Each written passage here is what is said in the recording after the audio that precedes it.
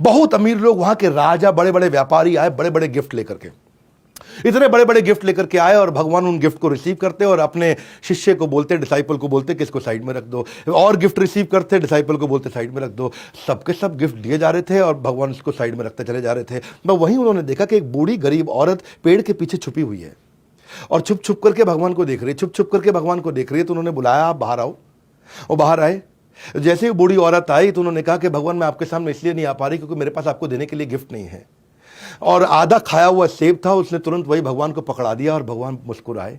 उन्होंने से आधे खाए हुए जूठे सेब को उठाया और खाना शुरू कर दिया। सारे शिष्य बोले कि भगवान इतने बड़े बड़े गिफ्ट आए, आपने वो रिसीव किए नहीं, साइड में रख दिए। इसने जूठा आधा खाया हुआ सेब, उसको आपने खा लिया। तो भगवान ने उत्तर दिया, बड़ा सरल से मेरी बात को समझो, सरलता से। भावग्राही जनार्दन, कि मैं भाव को ग्रहण करता हूं। और भगवान ने क्या कहा वहां पे? उन्होंने कहा कि जितने भी राजा महाराजा और बड़े बड़े सेठ आए थे, they are giving me 1/10 of their capacity. और ये जो बूढ़ी औरत आई थी, she is giving me 100% of her capacity. तो उन्होंने पूछा इसका क्या अर्थ हुआ? बोले ये बड़े सेठ, इनके पास बहुत कुछ था देने के लिए, 90% छुपा लिया, 10% दिया। और ये बूढ़ी औरत, इसके पास केवल आधा सेब था, उसके पास कुछ भी नहीं था खाने के लिए, वही 100% था, उसने वही सब कुछ अपना मुझको दे दिया और ये चिंता भी नहीं करी कि आज वो कैसे खाएगी। तो आप कितना कर सकते थे, उसमें से कितना किया। एक आदमी की कैपेसिटी बढ़ाने के लिए भगवान ने ऐसे ऐसे प्रिंसिपल्स बताए हैं। हाँ, और इसीलिए भगवान क्या कहते हैं कि भगवान बुद्ध कहते हैं कि सबको समान दृष्टि से देखना चाहिए। 5वें अध्याय का 18वां श्लोक, विद्या विनय संपन्ने ब्राह्मणे गवि हस्तिनी शुनि चैव स्वपाके च पंडिता समदर्शना। कि एक पंडित व्यक्ति ब्राह्मण को, गाय को, हाथी को, कुत्ते को मार के खाने वाले को, इन पांचों को एक ही दृष्टि से देखते हैं, पंडिता समदर्शना।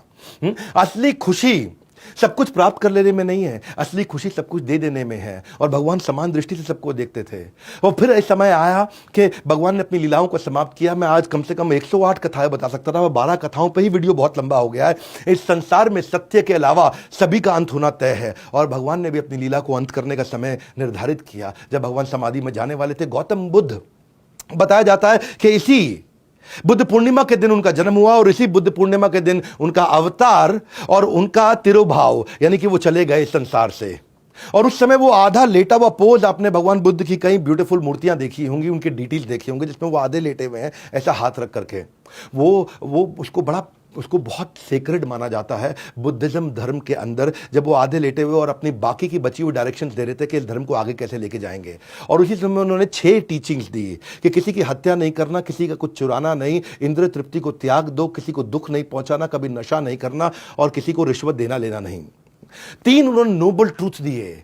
क्या बोला कि दुख आएगा ही आएगा और दुख का कारण इच्छाएं हैं, और जिस दिन इच्छा समाप्त हो जाएगी दुख समाप्त हो जाएगा। 3 बातें, बहुत सुंदर बातें, बहुत सुंदर ज्ञान दिया उन्होंने कि दुख अपरिहार्य, अनअवॉइडेबल, आएगा ही आएगा, और इच्छाएं दुख का कारण है। जिस दिन इच्छा समाप्त हो गई दुख भी समाप्त हो जाएंगे।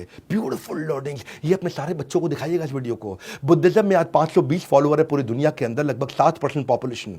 बुद्धिज्म में कोई होली किताब नहीं है जैसे कि बाइबल है, कुरान है या भगवत गीता है, ऐसी कोई किताब नहीं है, पर उनकी टीचिंग्स हैं। आज चाइना के अंदर 18% लोग बुद्धिस्ट हैं। आज आप देखेंगे थाईलैंड के अंदर 93% लोग बुद्धिस्ट हैं और जापान के अंदर सबसे ज्यादा 67% लोग बुद्धिस्ट हैं। वैसे BR Ambedkar, tiger would, Steve jobs और रिचर्ड गियर भी बुद्धिस्ट बन गए थे आगे चल के। बहरहाल ये बुद्धिज्म की कहानी। और अब क्योंकि इस समय बुद्ध पूर्णिमा आई है, इसलिए हमने भगवान बुद्ध को याद किया और उनके लेसन्स। आज किसी भी बच्चे के अंदर, किसी भी बड़े के अंदर अगर ये लेसन्स में से कुछ भी आ गया तो जीवन में क्रांति आ सकती है। इसको धैर्य के साथ सुनने वाला वीडियो था। मैं कहूंगा कि इस वीडियो को आप पूरे देश को सुनाइए क्योंकि संस्कार बदलना चाहता हूं मैं यहां पे।